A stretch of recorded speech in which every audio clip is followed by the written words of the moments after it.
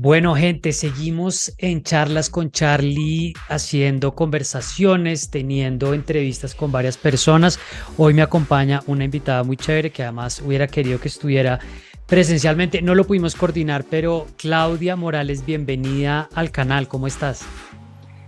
Pues yo soy la más feliz de participar en este programa contigo. Te agradezco por haberme invitado. Muchas gracias. Bueno, pues para quien no conoce a Claudia, que pronto están aterrizando en el planeta Tierra, es periodista, columnista del Espectador y recientemente uno de los temas de los que hablaremos, la directora de la Feria del Libro del Eje Cafetero, Pereira, y entrevistadora también en un proyecto del que quiero saber un poco más de las partes de la lengua de Telemedellín. La última vez que hablamos, Claudia, fue cuando yo estaba en Zona Franca, ya Sí. hace un par de vidas. Claudia, una primera pregunta que te quería hacer es, ¿cómo se ve Bogotá a la distancia? Tú ya te fuiste hace un tiempo, vienes cada tanto por temas de trabajo, pero yo, pues como muchos bogotanos, tengo una relación muy conflictiva con la ciudad hoy en día. Cada tanto busco como en el sol, como en una buena tarde, como en un lugar tranquilo, reconciliarme con la ciudad. ¿Cómo se ve a la distancia cada tanto que vienes?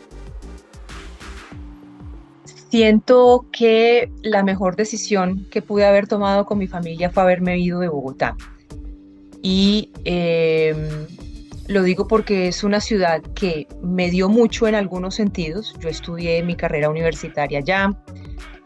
Muchos de los trabajos que tuve relacionados con el periodismo estuvieron en empresas de periodismo que tienen sus sedes principales en Bogotá.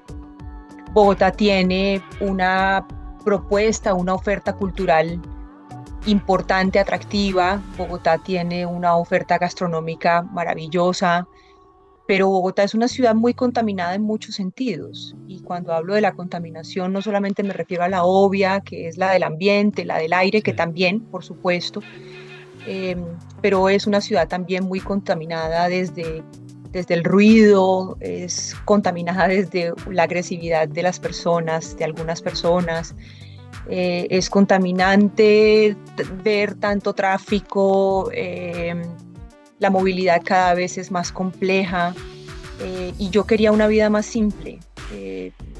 Tener una vida más simple no significa producir menos, trabajar menos, interesarse menos en el periodismo o en cualquiera que sea el escenario que uno escoja, pero sí creo que si uno puede y tiene la posibilidad, que fue lo que tuvimos nosotros, mi esposo y yo con nuestra hija, es tener una vida un poco más sana. No, no quiere decir que las otras ciudades no tengan visos de contaminación o que haya sociedades o ciudades perfectas, porque tampoco es así, pero queríamos algo más sencillo. Yo nací en una ciudad pequeña, yo crecí en barrio, yo crecí en finca, yo crecí untándome de barro, con el contacto con el pasto, con los animales, con una vida más sencilla.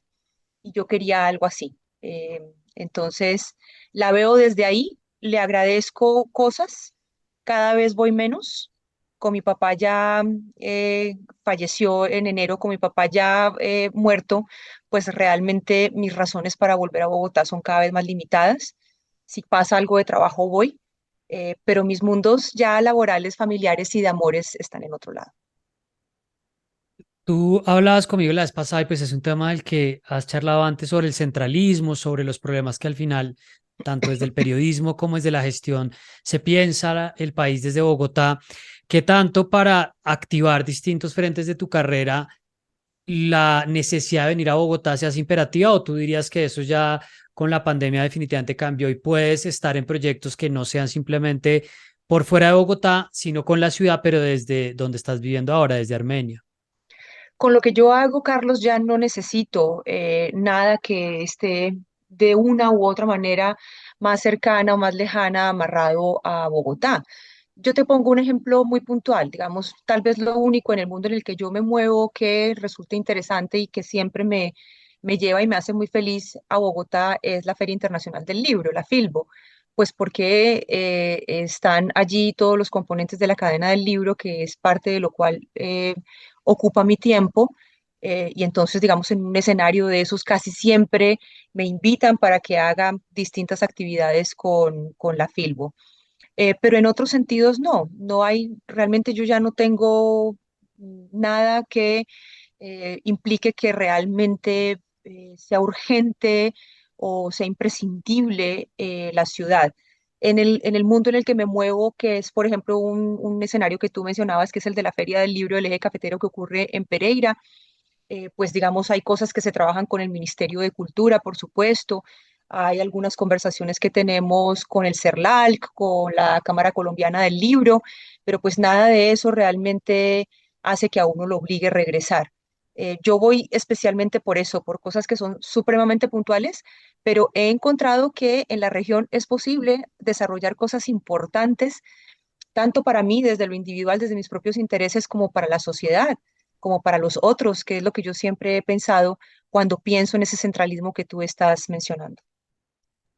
Bueno, para hablar de ferias del libro, tú escribiste una columna hace poco donde explicabas que en Colombia había 17 ferias del libro marcadas para este año, pues obviamente en Bogotá, pero mencionabas Vallasolano, Cartagena, Manizales, Bucaramanga, Cúcuta, Medellín, Itagüí, bueno, la lista es larga, pero también hablabas de que 18 ciudades capital no tienen feria del libro. Empecemos por ahí, me quiere volver hacia atrás para hablar también del proyecto de la librería, pero lo que tu conexión actual con esta gestión cultural y con el mundo del libro desde la feria del eje cafetero y con la mención de las demás que hacías, ¿qué balance harías tú de el sector cultural y el libro en este año con todas las debilidades que trae? Tú has escrito sobre los problemas de impuestos, sobre los problemas de hacer empresa, pero en este sector específico y en las ferias, ¿cómo crees que nos fue este año?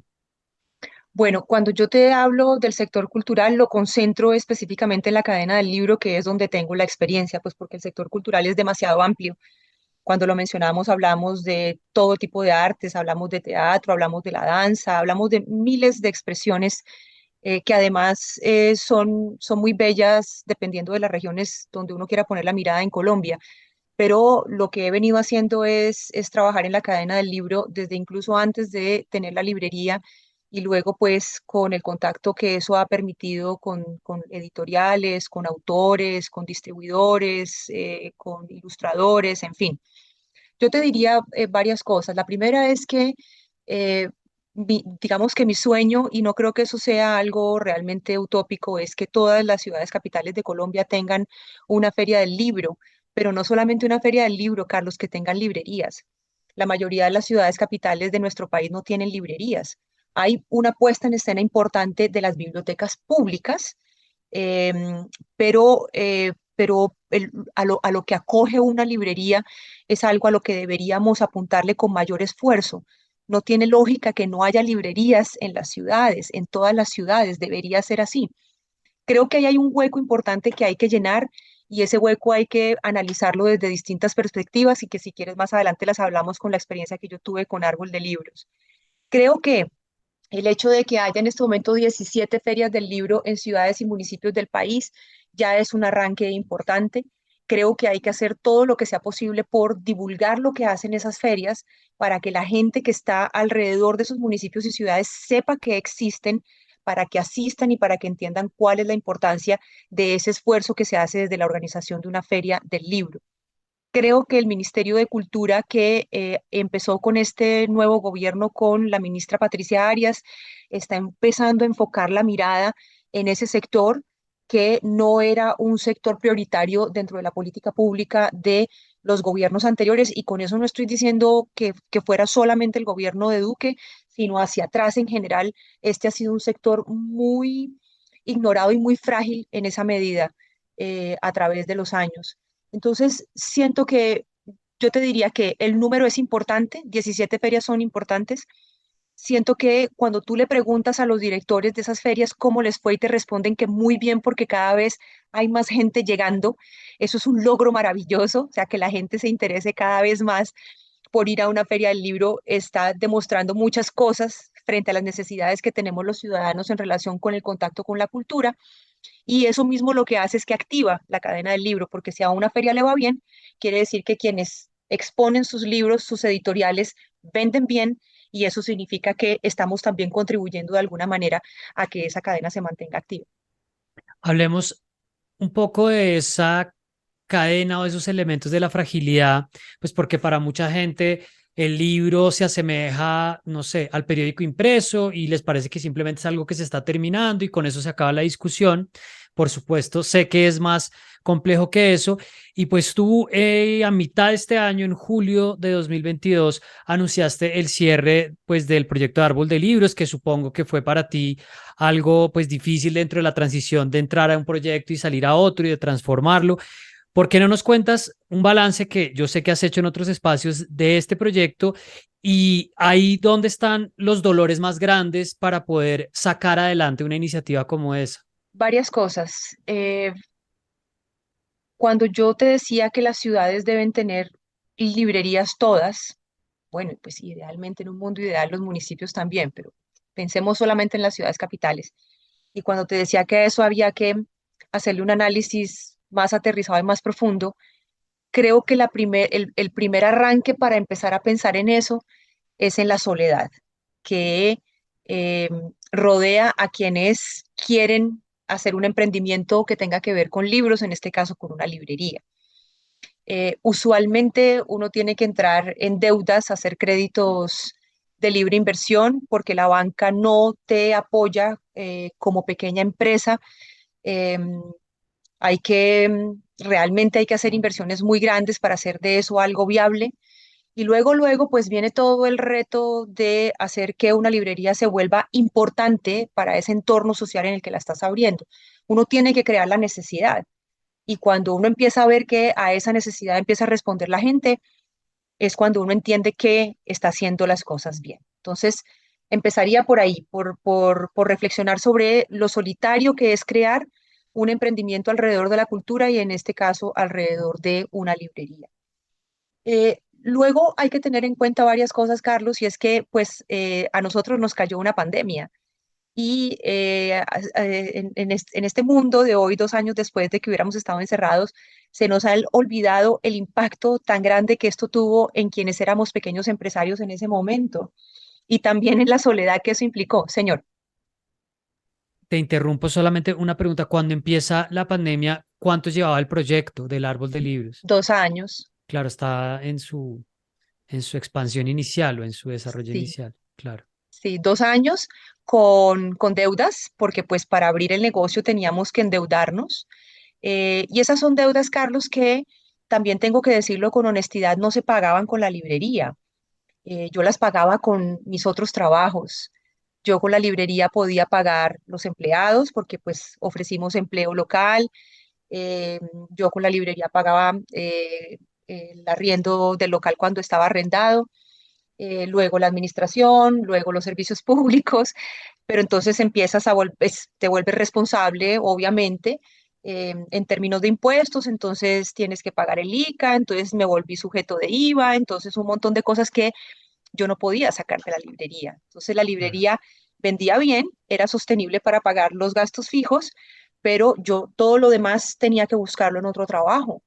Y lo otro, Carlos, que es importante decir es que ni siquiera el gasto fijo que uno tiene en un hogar, no sé, el colegio de mi hija o un mercado, yo tampoco lo podía sacar de ahí.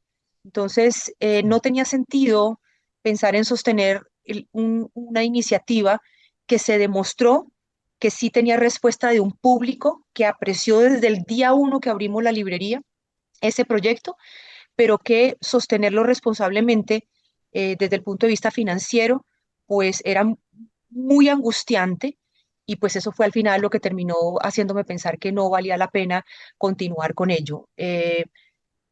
Yo no me niego a la idea de abrir algo, yo lo tengo en la cabeza, tengo que trabajarlo bien, porque lo otro que te tengo que decir es que cuando uno cierra un negocio también se endeuda. Entonces, se suma la deuda del inicio del proyecto, se suman las deudas que asumimos para sobrevivir en la pandemia y entonces también se suman las deudas cuando tienes que cerrar. Así Sí, que lo tenaz. primero que hay que hacer, y esa es la recomendación que yo le hago a quien piense en crear un proyecto cultural, y si es una librería, es en eso, en que Pues esto toca arrancarlo y terminarlo solo. ahora estás en el rol de gestión cultural, de coordinación, de liderazgo de la Feria del Libro del Eje Cafetero.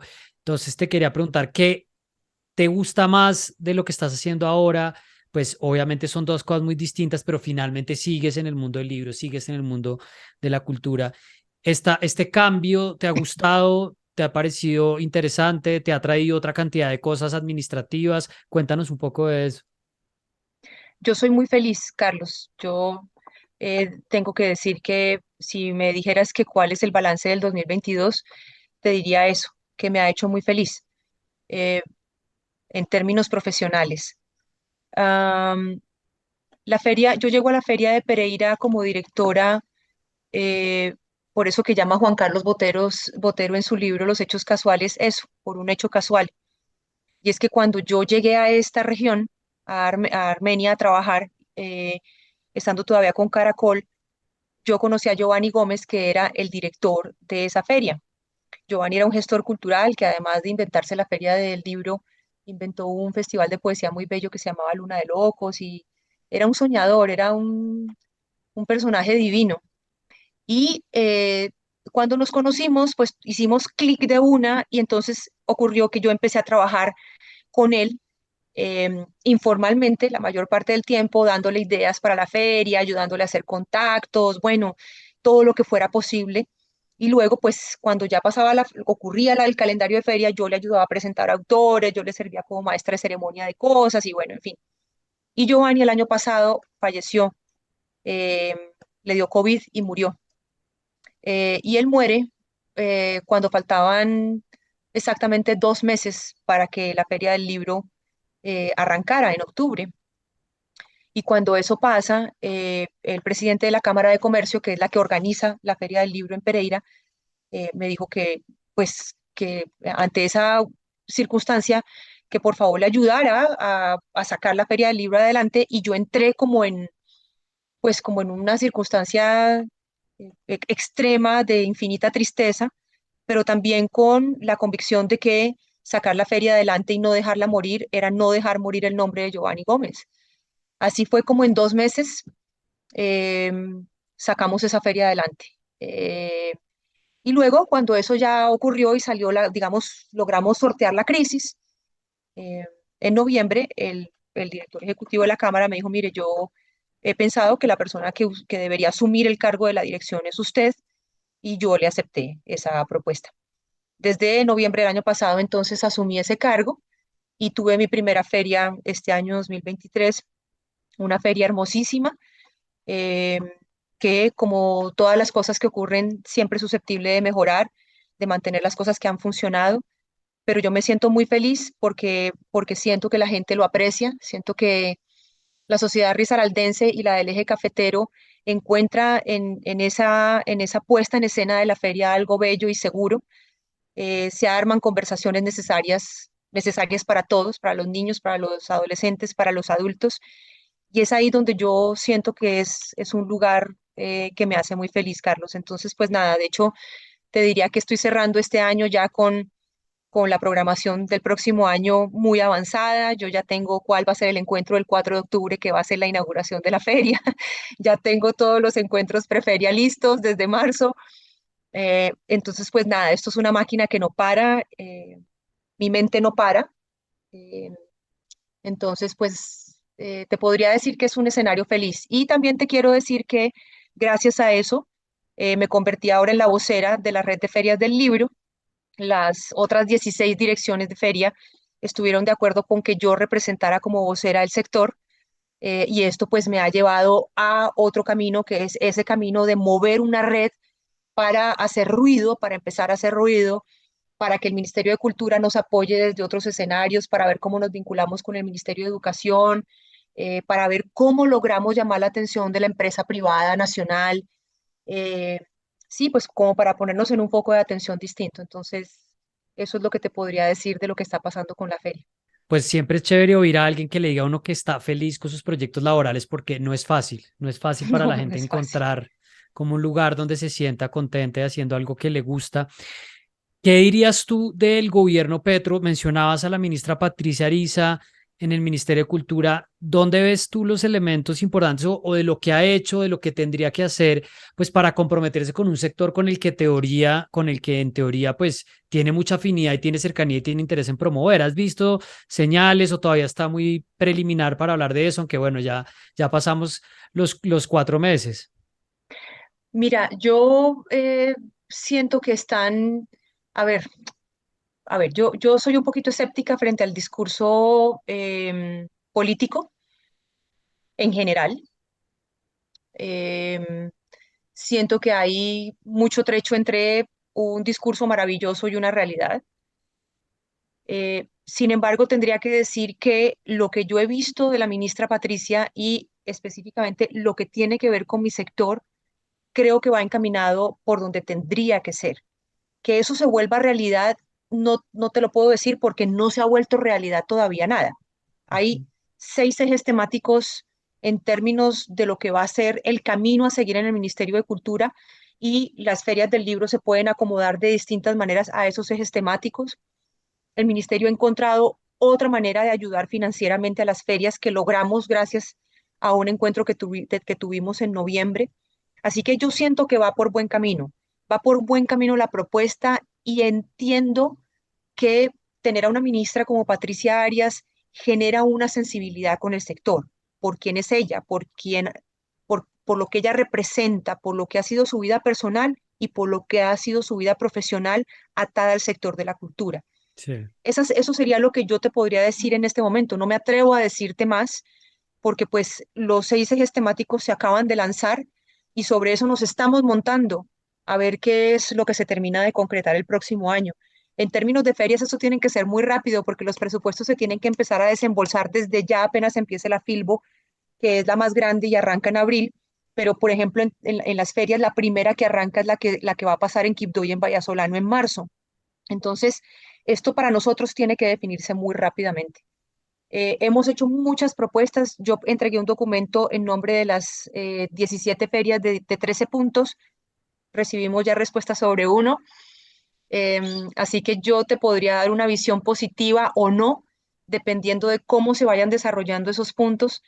Y eso pues tendrá ya que ser a partir del próximo año. O sea, de 17 un punto, y nos puedes contar qué punto, De pues 13, de 13, las de 17 13. ferias entregamos el documento de 13 en el 11 de noviembre y el lunes nos dieron respuesta ya sobre uno. Eh, Así que, pues bueno, y ese uno tiene que ver con financiación. Pura expectativa todavía, ¿no? De que pasen las cosas que en teoría pueden llegar a pasar. Y entonces, bueno, esto metámoslo y conectémoslo con periodismo, que es por supuesto algo que siempre está ahí acompañándote de alguna forma. Apareces en las tribunas, te vemos en algunas cosas, pero evidentemente ya no es lo mismo que estabas haciendo antes. Entonces, lo primero es que estás en Partes de la Lengua para Telemedellín, pues que es un programa cultural. Lleva, creo que de pronto, gente que no lo ha visto, vamos a ver si le compartimos alguna imagen a las personas que ven esto, otras personas lo oyen, pero cuéntanos un poco de ese proyecto.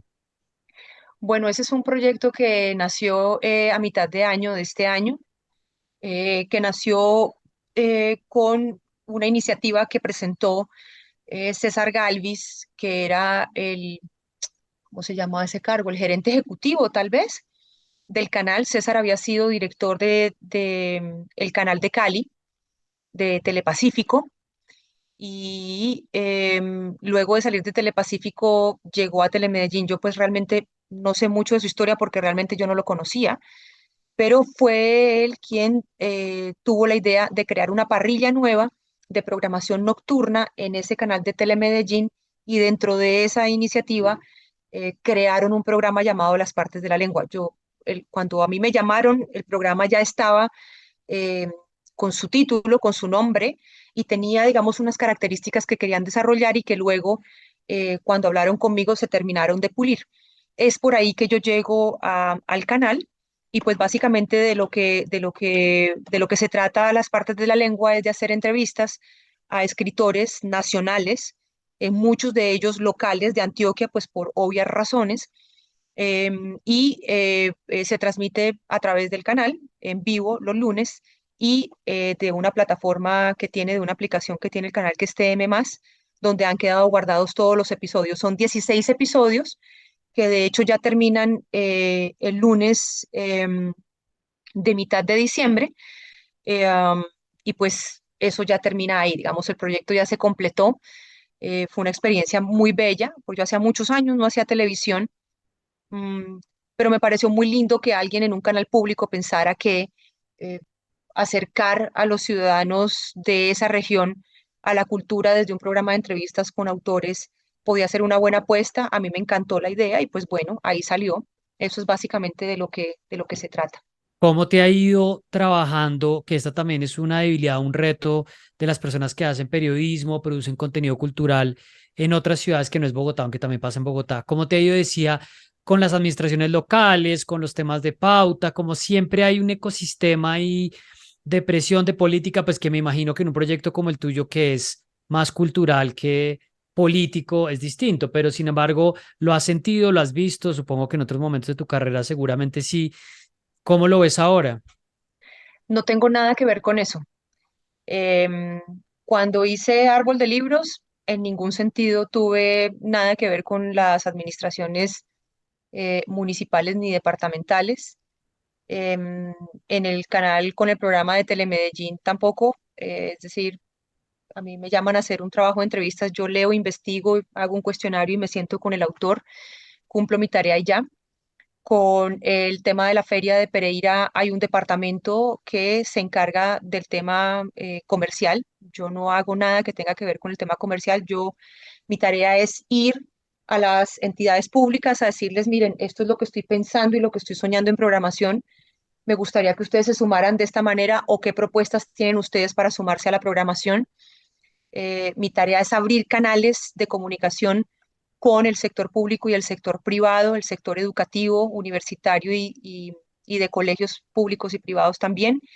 Y mi tarea mi tarea es crear qué podemos hacer en esta feria que pueda ser atractivo para la región, qué temas incorporamos, a qué autores traemos, qué charlas nos inventamos, cuánto podría costar esta feria y cuánto le decimos al departamento comercial que tiene que conseguir, pero yo no estoy de ninguna manera vinculada a eso en ese sentido. Lo único que tal vez te diría es que esta tarea sí implica, en el caso de Pereira, que yo tenga que ir a la Secretaría de Cultura de la Alcaldía y de la Gobernación a decirles, miren, esto es lo que vamos a hacer, cuéntenos ustedes Apoyen, con sí, qué sí, sí. recursos disponen, nosotros tenemos esta expectativa sobre la base de lo que era el año pasado y pues esa entidad decide qué quiere dar y qué no quiere dar, pero realmente eh, no, pues muy poco de lo que al final terminan desembolsando depende de mí. O sea, yo entro como con toda la convicción de que entiendan que es importante seguir apoyando con un buen recurso, pero al final si dan más o menos, yo quedo un poco como con las manos en alto y digo, bueno, nos están dando esto, entonces hay que conseguir recursos por otro lado.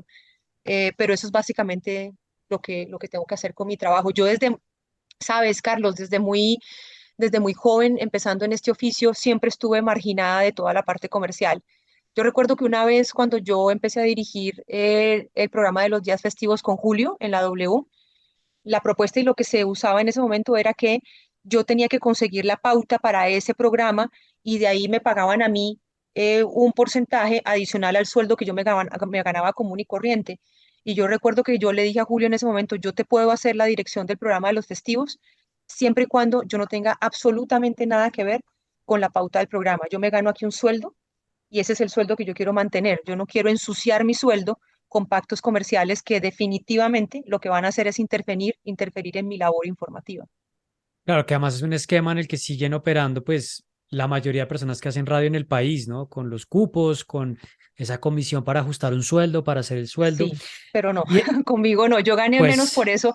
Muchas veces hubiera podido ganar más dinero, seguro, pero no. Yo sí sentía que ese era un camino que iba a manchar mi nombre, mis posibilidades de informar, que me iba a amarrar de una u otra manera y pues no. y para meternos por ahí con el periodismo, ¿qué tanto estás más conectada? ¿Lo viste durante la campaña presidencial?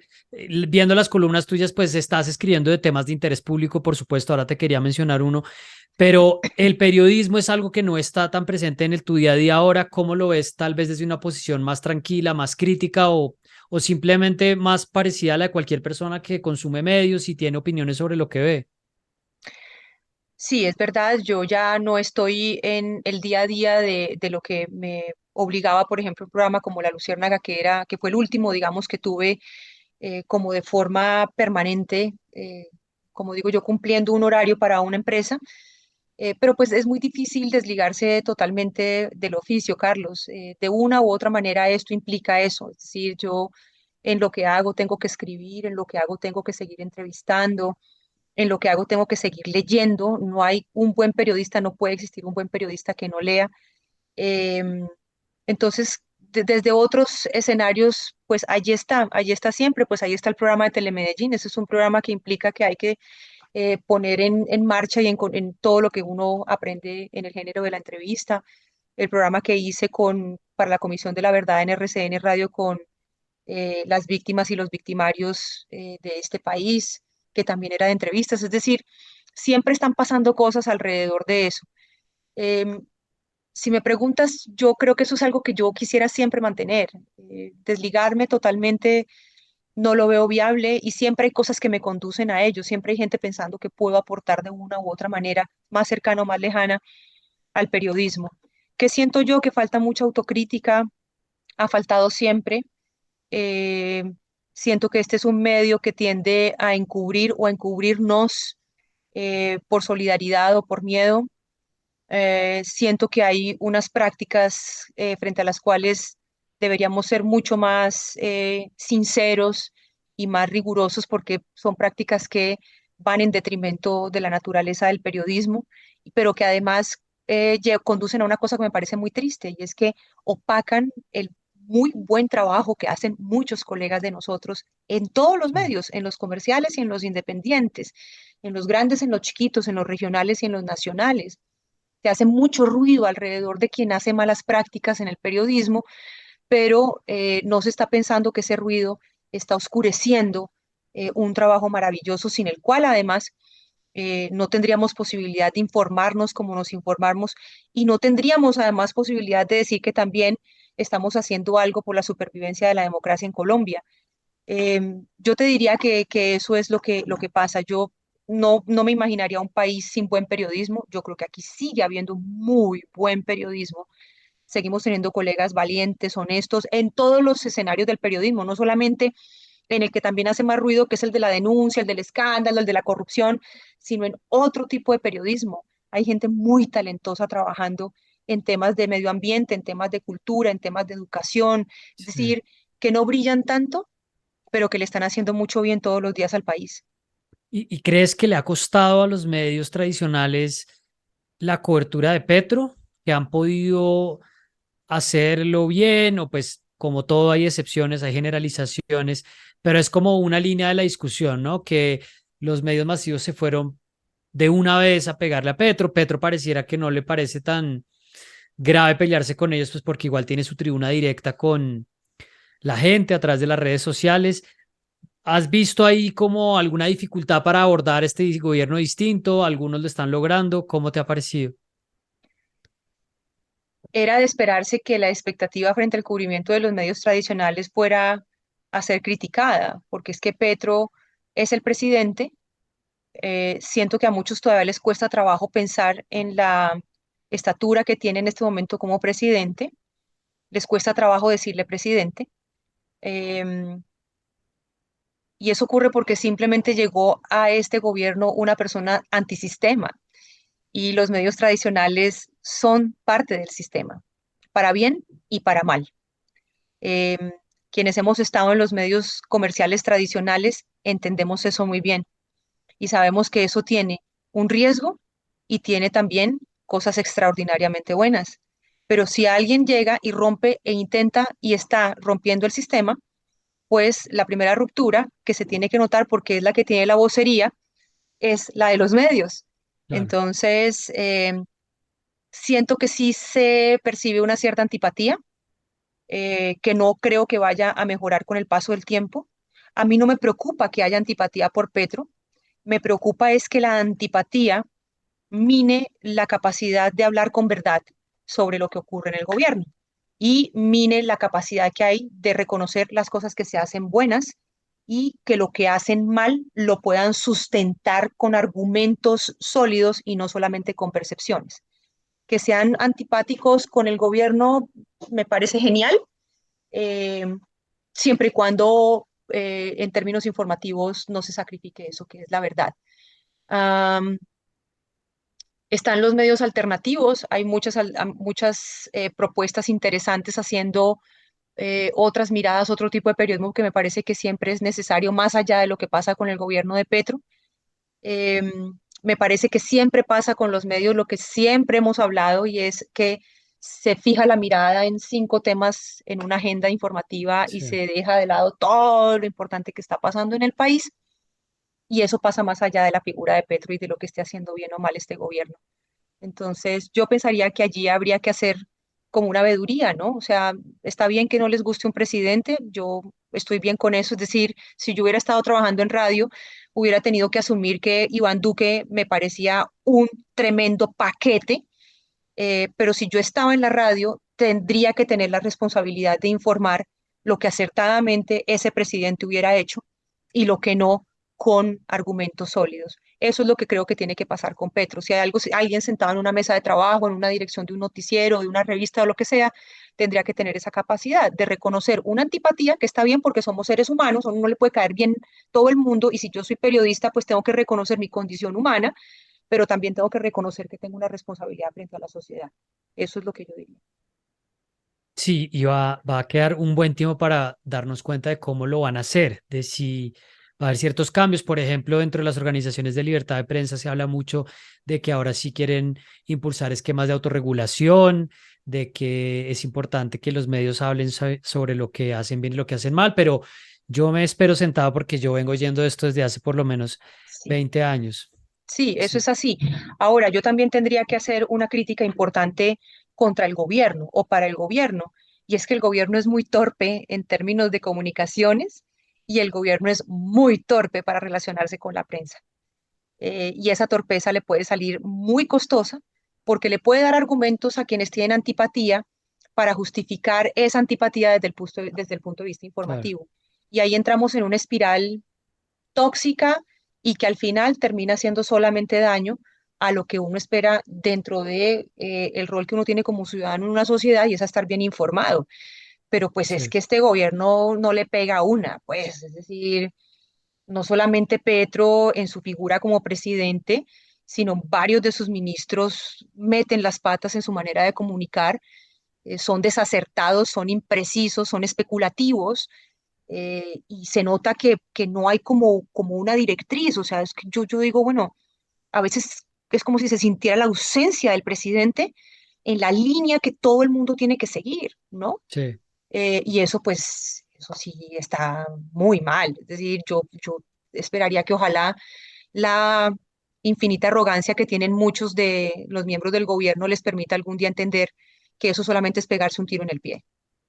Sí, y además, o sea, por un lado está el Twitter de Petro, que es el que también le pone el foco a ciertos periodistas, que los critica, que Oh, como que da línea, apoya a un ministro, y eso que, esta sí es mi opinión, creo que recientemente le han bajado un poquito a decir imprecisiones y a hablar de más. Por ejemplo, la ministra Irene Vélez, yo no volví a oír hablar del ministro de Defensa, acá me oyen a cada rato las personas en el canal preguntar eso. Pero sí, ahí hay un elemento que es Twitter y hablando de eso, Claudia, quería cerrar con un tema sobre el que me interesa mucho tu opinión y es el del feminismo. Yo me he metido sin tener nada que hacer en discusiones sobre eso o pues teniendo más una opinión de libertad de expresión que de feminismo. En Twitter, recientemente creo que como muchas personas pienso que no es el lugar para dar una discusión ni soy tampoco yo un interlocutor, pero una de tus últimas columnas hablaba pues de un elemento que parece que queda debajo del radar dentro de los debates y es siguen matando mujeres y dabas una cifra pues tremenda que además me recuerda a mí este libro de Bolaños sobre los feminicidios y es en México se reportó que en el país hubo 792 casos de feminicidio, 792 entre enero y octubre de 2022 y piensan que para finales de año habrá 80, lo cual es una locura. No sé si tú crees que esta es una cosa a la que se le está dando la suficiente atención y de paso lo meto con lo otro que te quería decir es cómo ves estos debates del feminismo, sobre todo en redes sociales, porque yo sé que es muy injusto y se puede generalizar frente a tantas causas, tanto trabajo y tantas cosas importantes que están pasando, pero me interesa oír tu opinión sobre eso. bueno, empiezo por la primera cosa, porque ahí hay varias preguntas en tu comentario. Lo primero es la columna, y la columna sí la escribí estando en Guadalajara. Estaba participando allí en la Feria Internacional del Libro de Guadalajara y me encontré con lo que allí describo en la columna, que son los cartelitos, las fotografías y las mini historias de las mujeres desaparecidas o asesinadas dentro de lo que se conoce penalmente como el delito de feminicidio.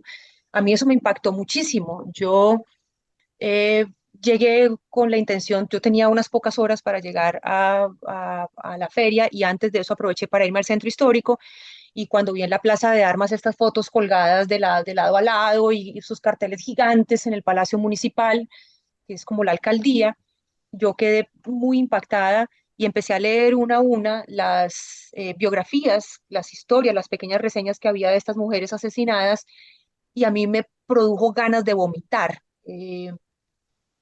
Pero sobre todo me produjo ganas de vomitar porque no solamente es la atrocidad cometida contra una mujer de distintas maneras, o sea, todas las formas creativas que puede usar un ser humano malo, eh, las ha puesto a prueba allí con el cuerpo de una mujer, sino por la impunidad, porque es que todas estas denuncias ocurren porque precisamente la justicia inoperante, como pasa aquí en Colombia, deja que eso se termine convirtiendo en un paisaje. Y luego, pues yo mencionaba las cifras que habían entregado aquí en Colombia. ¿Qué es lo que yo creo, Carlos? Yo lo que creo es que nunca va a ser suficiente el debate sobre lo que está ocurriendo con la violencia contra la mujer. Eh, y esto solamente uno diría, bueno, ya basta, ya no hay nada más que alegar, ya no hay nada más que pelear, ya no hay que hacer más campañas, el día que tengamos países donde a las mujeres no las matan por esa razón. Y eso pues difícilmente va a ocurrir. ¿Qué Sí. creo yo? Que hay que seguir dando el debate y creo que hay que usar todos los escenarios posibles para visibilizar lo que está pasando y para encontrar explicaciones y resultados a eso. Te doy un ejemplo, mi feria 2023 en Pereira, el lema central va a ser la mujer. Y va a ser la mujer porque Risaralda y Quindío, por ejemplo, ocupan el séptimo y sexto lugar en feminicidios en toda Colombia. Imagínate. Qué locura, no tenía Entonces, ni idea. yo lo que creo es que hay que poner el foco de atención allí, y hay que abrir los debates y hay que abrir los ojos. Esto hay que hablarlo en los colegios y en las universidades, hay que hablarlo en la casa. No hay que dejarlo solamente como una responsabilidad de política pública, porque si dejamos eso como todos los temas, entonces nos quedamos sin hacer nada. Ah, no, es que el gobierno no hace nada, es que la fiscalía no hace nada, es que no, sí, no hacen nada, pero ¿y nosotros qué hacemos en nuestro propio entorno? Sí. Creo que tenemos que seguir manteniendo ese debate allí donde sea posible. Eso por un lado, que tiene que ver con las cifras y que tiene que ver con el debate. Y luego lo que mencionaba sobre la dificultad de los debates en las redes y sobre lo que está pasando con el feminismo y las campañas del feminismo, yo te digo dos cosas puntuales. Lo primero es que las mujeres no habríamos llegado donde llegamos si no hubiera sido por una lucha de las mujeres muy antigua, que se han dado la pela por muchas de nosotras y nos corresponde a cada una de nosotras seguir manteniendo esa antorcha prendida con nuestras hijas, con nuestras amigas, con las trabajadoras que están cerca de nosotros, con nuestras jefes, con lo que sea. Es decir, necesitamos mantener viva esa lucha por el reconocimiento de la igualdad de género. Y el segundo punto que quiero decirte sobre eso es que yo apelo al título de un libro que escribió Alma Guillermo Prieto, que es una colega que yo adoro y admiro. Ella es mexicana, Decana del ella ha escrito periodismo, muy... claro. No, no, ella para mí es como, o sea, a mí no me gusta hablar de ídolos porque los ídolos generalmente tienen pies de barro, pero ella para mí en el periodismo es ese referente positivo que uno debería tratar siempre como de emular. Es una gran cronista, hizo reportajes de toda Latinoamérica, especialmente en la guerra para los principales medios del mundo. Hoy vive en Colombia. Y ella escribió un libro así de chiquitico, pues si lo hubiera tenido, si hubiera sabido que iba a hablar de él, lo hubiera tenido aquí a la mano, que se llama ¿Será que soy feminista? Y ella lo que hace en ese libro es formularse un montón de preguntas que surgen alrededor de este debate del feminismo. Yo creo que no hay una sola mirada absoluta. Creo que hay que seguir aprendiendo sobre feminismo. Creo que todos debemos seguir entendiendo qué es eso que queremos pensar cuando nos definimos como feministas. Creo que los hombres tienen que empezar a reconocer si son o no son feministas y por qué lo son. Tenemos que empezar a ver qué discurso le damos a nuestros niños y niñas para que desde chiquitos entiendan qué es eso de ser feminista. Yo me sigo haciendo todavía muchas preguntas. creo que soy feminista, defiendo la idea de ser feminista, pero no lo digo en términos absolutos con una teoría en blanco y negro. Creo que el debate está abierto, creo que las preguntas están abiertas, creo que el feminismo tiene que repensar la idea del rol del hombre y de la imagen del hombre. Yo no creo que todos los hombres sean malos, yo tengo en mi mundo hombres extraordinariamente buenos, soy parte de lo que soy gracias a mi papá, lo que fue mi papá, soy gracias a mi esposo muchas cosas, a amigos hombres que he tenido y que me han acompañado en la vida, a mis colegas hombres, soy muchas cosas maravillosas gracias a los hombres. Tenemos Sí. que también repensar ese rol de los hombres desde la mirada de ciertas formas eh, que tiene el feminismo para debatir eso. Sí, sobre todo que creo que no somos bienvenidos los hombres, pues menos un, ¿cómo le vendrían a decir a uno? Un machiprogre blanquito de chapinero, sí que menos, pero en general creo que hay un reto grande y es que los hombres no son bienvenidos por lo general o en muchas de estas discusiones como un sujeto que pueda aprender o que puede entender cosas, sino más como el contradictor o el enemigo o el elemento de riesgo, que me parece chévere esa recomendación del libro de Alma Guillermo Prieto, porque lo vamos a poner también en pantalla para que la gente vea la portada y quienes Y lo una cosa oyen. que te digo, no solamente es que el hombre aprenda, la mujer también tiene que aprender. La mujer también tiene que aprender qué es eso de ser feminista. No solamente es el hombre, pero además el hombre no solamente tiene que aprender y la mujer no solamente tiene que aprender. Tenemos que volvernos solidarios frente al tema y trabajar todos juntos en el tema. Yo no puedo aislar a la mujer que no piensa como yo, y menos puedo aislar al hombre que no ha entendido cómo ha evolucionado el mundo en ese sentido. Yo lo que tengo que lograr es que todos empecemos a pensar solidariamente para empezar o seguir más bien, porque la lucha empezó hace muchos años, hace siglos, sino para seguir la lucha juntos. No Sí. tiene sentido que la lucha del feminismo la hagamos solamente unas mujeres que pensamos de una manera. Debemos hacerla todas las mujeres y debemos hacerla todos los hombres, que seamos conscientes de una sola idea, y esa sola idea tiene que ver con la igualdad, con considerarnos pares en todo sentido, con el respeto y con una cosa que estábamos hablando hace un rato, y es ojalá algún día acabar radicalmente con la violencia y la agresividad que hay, porque sí tiene que ver con el género contra la mujer. Sí, es que para mí, y pues para cerrar eso, desde mi perspectiva, es si lográramos ponernos de acuerdo en desactivar, pues por un lado la violencia, que es lo que tú denuncias de manera brutal en un país como México, que en Colombia, y lo decías tú con los ejemplos de ciudades del eje cafetero, por un lado eso, pero también la misma violencia en la conversación, en la imposibilidad de hablar y entender ciertas cosas de esto. Pues Claudia, me parece muy interesante oírte. Nos dejaste ya una recomendación de un libro, pero para pedirte otra, pues porque sabemos que nos puedes dar recomendaciones chéveres, una novelita o dos novelas que recomendarías para que la gente lea en vacaciones, algo que haya pasado recientemente por tu mesa o que te guste cada tanto recomendar para la gente que te oye en el canal. Uy, es que a mí me toca leer tantas cosas. Una de Em, un escritor o escritora colombiano, por ejemplo, de este año, bueno, como sí, para... sí, voy a decirte una definitiva. Canción de Antiguos Amantes de Laura Restrepo. Laura, bueno, Laura vive exiliada hace muchos años, ella ahora está en Europa, eh, y a mí ella me fascina porque primero me encanta como escritora, pero luego me parece que es una mujer de una coherencia intelectual impecable. Ella escribe esta novela basada en una experiencia que ella tuvo hace algunos años trabajando con Médicos Sin Fronteras. Y ella trabajó con Médicos Sin Fronteras en esa época que estoy mencionando, en todo este cuerno africano de Yemen, Somalia, Etiopía, y desde allí empieza a hacer como una investigación sobre la reina de Saba, que es pues una figura mítica desde donde se la quiera ver, porque hay distintas creencias que la incorporan a sus relatos de forma distinta. Eh, pero ella empieza a crear una historia alrededor de la reina de Saba, pero a partir de unos protagonistas que llegan a Yemen a trabajar, una de ellas en Médicos Sin Fronteras y uno que llega a Yemen porque quiere investigar y se ha vuelto una obsesión investigar sobre la reina de Saba. Y ahí empieza una historia que tiene muchas cosas de la vida real, de lo que vivió Laura en ese trabajo, pero tiene además una mirada precisa, sensible, a veces dolorosa, pero también valerosa, de todas estas mujeres migrantes, estas mujeres que van circulando por toda esa zona del mundo huyendo de la guerra y del hambre, pero que realmente no tienen ningún destino, pero que usan, mejor dicho, toda la capacidad de fuerza que les puede dar el cuerpo y la mente para llegar a algún lugar y sentirse seguras con sus hijos.